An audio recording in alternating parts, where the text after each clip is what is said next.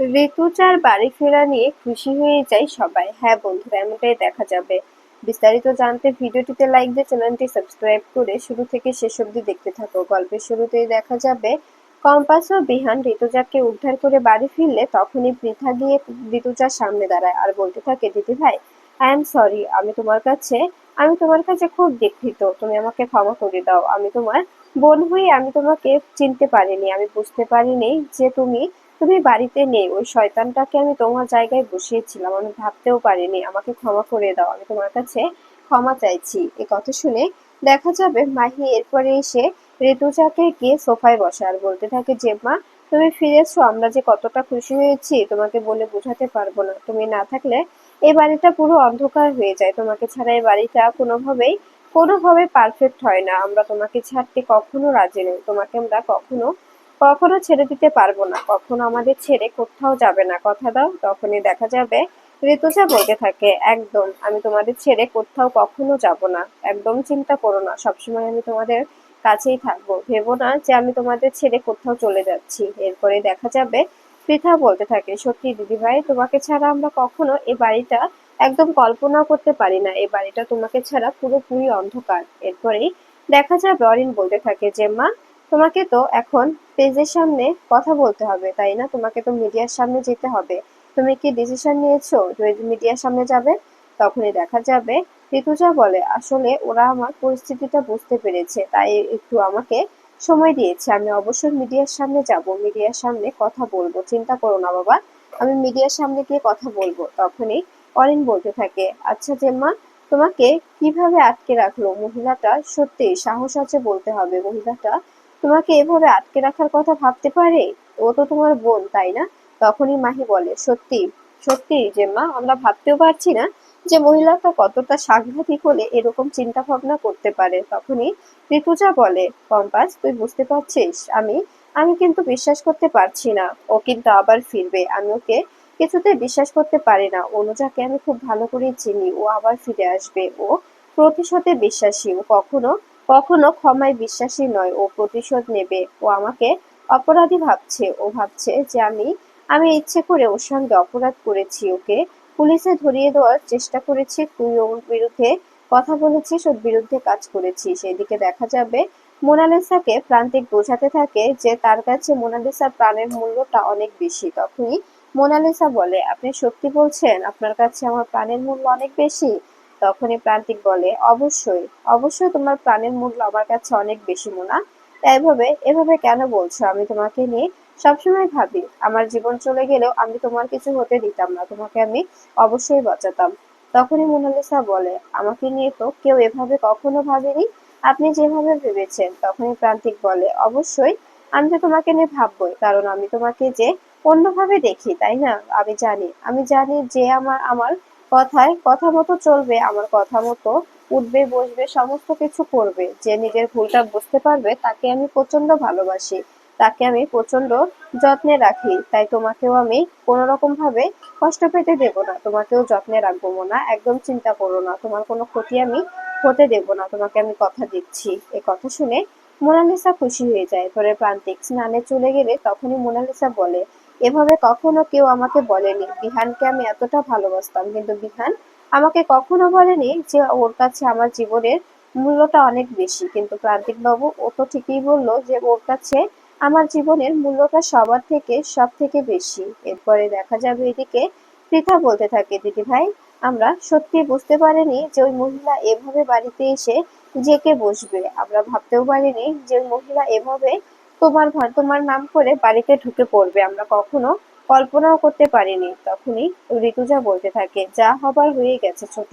এভাবে নিজেদের দোষারোপ করিস না। কিছুতেই নিজেদের দোষারোপ করতে নেই। আমি তো বুঝতে পারছি যে তোরা বুঝতে পারিসনি, কারণ ও তো হুবহু আমার মতোই দেখতে। তোরা কি বা বুঝতে পারবি বলতো? আমি কি তোদের একবারও দোষারোপ করেছি? এরপরে দেখা যাবে মোহিনী বলতে থাকে, সত্যি আপনাদের পরিবারের যা বন্ডিং, এরপরে কারো সাধ্য আছে আপনাদের পরিবারটাকে ভেঙে দিতে? তখনই পৃথা বলে, এটা এটা তুমি একদম ঠিক বলেছো মোহিনী। আমাদের পরিবারের বন্ডিং দেখে সবারই ভয় পাওয়া দরকার। তখনই মোহিনী বলে, আর আমি এসেছিলাম আপনাদের পরিবারকে ক্ষতি করতে? সত্যি ভাবা যায় আপনাদের পরিবারের এই বন্ডিং ভাঙতে?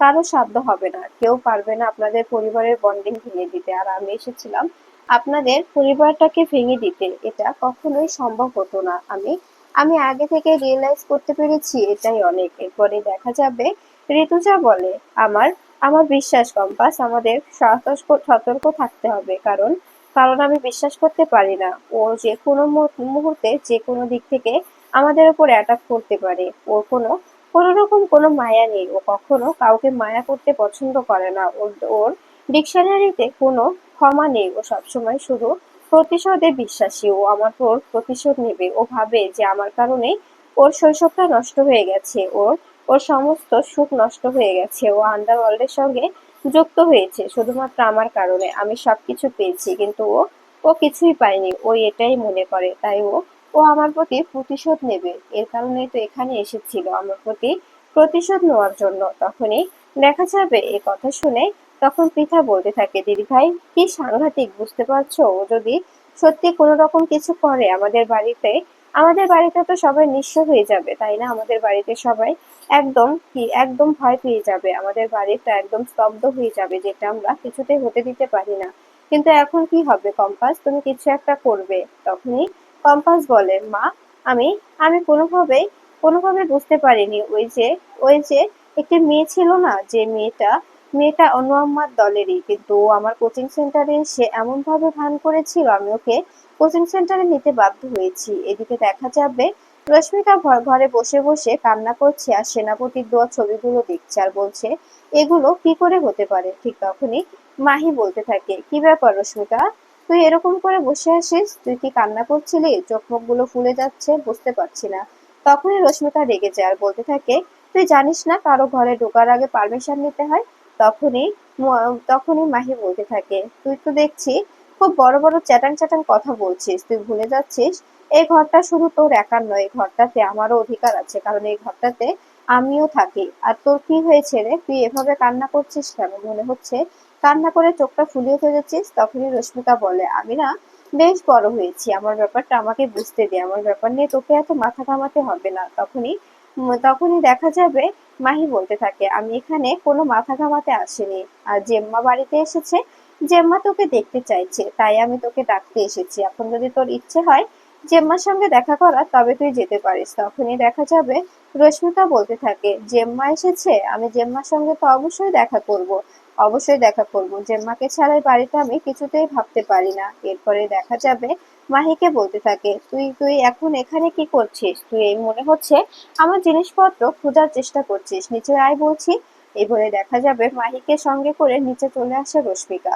রশ্মিকাকে দেখে আশ্বাস ফিরে পায় ঋতুজা। ঋতুজা বলতে থাকে, রশ্মিকা, তোমাকে আমি কতটা ভালোবাসি তুমি জানো না? আমি এসেছি, তুমি এভাবে আমার কাছে না এসে তুমি ঘরে বসেছিলে কেন? মা, কি হয়েছে আমাকে বলো, কোনো সমস্যা হলে জেম্মাকে নির্দ্বিধায় বলতে পারো। তখনই রশ্মিকা বলে, না জেম্মা, সেরকম কিছুই নয়, আসলে আমি তো জানতাম না তুমি বাড়িতে ফিরেছো, আমি তো ঘরে বসেই ছিলাম। তখনই দেখা যাবে দেখা যাবে ঋতুজা বলতে থাকে, আমার পরিবারটা আমি একদম একদম সুন্দর করে গুছিয়ে নিতে চাই। আমার পরিবারে কোনো রকম কোনো জোর ঝামেলা আমি কোনো কিছু চাই না, কোনো কিছু নয়। আমার পরিবারের সঙ্গে আমি কারোর সঙ্গে কোঅপারেট করতে চাই না, আমার পরিবার নিয়ে আমি কারোর সঙ্গে কোনো রকম ঝামেলা করতে চাই না। এরপরে দেখা যাবে মোহিনী বলতে থাকে, আপনাদের পরিবার নিয়ে কেউ কোনো রকম ঝামেলা করতেও পারবে না, আপনাদের পরিবারের যা বন্ডিং আছে না, এই বন্ডিং দেখে সবাই একদম ভয়ে পালিয়ে যাবে, কেউ কখনো আপনাদের পরিবারের সঙ্গে লাগতে আসার সাহসটাই পাবে না। আমার আমার যেটা মনে হয়। এই কথা শুনে